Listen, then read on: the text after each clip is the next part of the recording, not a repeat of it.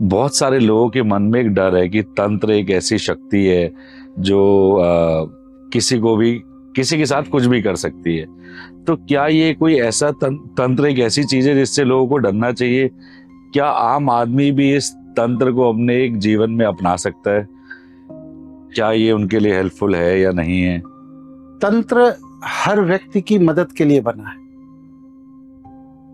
तंत्र को लेकर जो अवधारणाएं बनाई गई वो पिक्चर है, टीवी सीरियल्स हैं कि काले रंग का कपड़ा लगा हुआ है, एक त्रिपुंड लगाए है, भभूत लिए है, त्रिशूल बैठा हुआ है, गले में हड्डियों की माला लटक रही है, नरमुंड रखा हुआ है। ये सब पिक्चराइजेशन। और अब तांत्रिक उस पिक्चराइजेशन की कॉपी करके अपने को उस जैसा दिखाने की कोशिश करते हैं। और यही डर लोगे? ये डर है, जबकि तंत्र ये है ही नहीं। ईश्वर की प्रार्थना, कार्यकारण की व्यवस्था, आपके प्रारब्ध की शक्ति, ये सब चीजें भयावह कैसे हो सकती है? अगर ईश्वर इतना भयावह हो सकता है कि जो भक्त उसको बताते हैं, तो फिर तो कोई व्यक्ति भक्ति करता ही क्यों है? सही बात है। भगवान शिव के तो सभी भक्त है ना, भूत प्रेत पिशाच जिन्न यक्ष किन्नर दैत्य दानव असुर, भगवान सभी बिल्कुल। तो और ये सब तंत्र की ही शक्ति से शिव को पा सकते हैं, और कोई तरीका है ही नहीं शिव को पाने का, क्योंकि शिव भक्ति पसंद नहीं करते। शिव क्या पसंद करते हैं? अनुकरण। अगर आपने अनुकरण किया है शिव का तो शिव के आप प्रिय हैं, और अगर आपने वैष्णव की तरह भक्ति की है तो शिव आपको पसंद नहीं करते।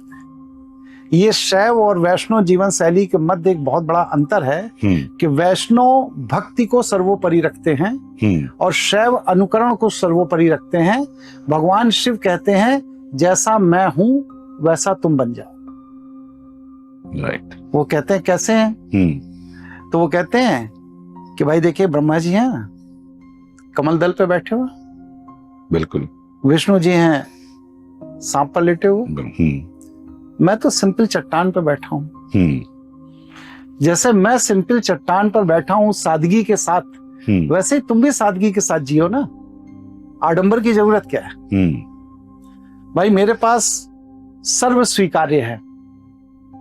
हमारे पास सांप मेरे गले में है, और सांप का जो शत्रु है मोर, वो मेरे बेटे कार्तिक का वाहन है, और सांप जिसको खाता है चूहा, वो गणेश का वाहन है।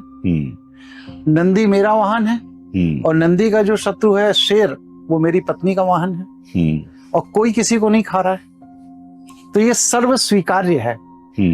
तो जिस ऊर्जा का विजन इतना बड़ा है कि सर्व स्वीकार्य है, वहां पर व्यक्ति जाकर, जीव जाकर अपनी हिंसा की वृत्ति को छोड़ देता है। तो उस ईश्वर की आराधना करने का जो विधान तंत्र है वो हिंसक कैसे हो सकता है? बहुत सही। आपके कहने का अर्थ ये है कि ये जो है, जो लोग ऐसा सोचते हैं कि ये वही, जैसे आपने बोला कि टीवी सीरियल्स में जो एक वेशभूषा लोगों ने बनाई हुई है कि तांत्रिक ऐसे होते हैं, तो ये सिर्फ एक मेरे से मतलब ये वहम है। हाँ, ये एक वहम है। तंत्र का क्या अर्थ है? तंत्र का मतलब है सिस्टम और कुछ नहीं। जैसे शासन तंत्र होता है ना, शासन चलाने का एक अपना सिस्टम है। शिक्षा तंत्र है, बच्चों को पढ़ाने का एक अपना सिस्टम है। लोकतंत्र है, समाज को सत्ता से जोड़ने का एक सिस्टम है। अर्थतंत्र है, धन को सर्कुलेट करने का एक अपना सिस्टम है। समाज तंत्र है, सामाजिक विषयों को लेकर के। धर्म तंत्र है। इसी तरह ईश्वरीय कार्य कारण की व्यवस्था से प्रकृति कैसे हमें नियंत्रित करती है, वह ईश्वर से जुड़ने की जो विधा है वह तंत्र।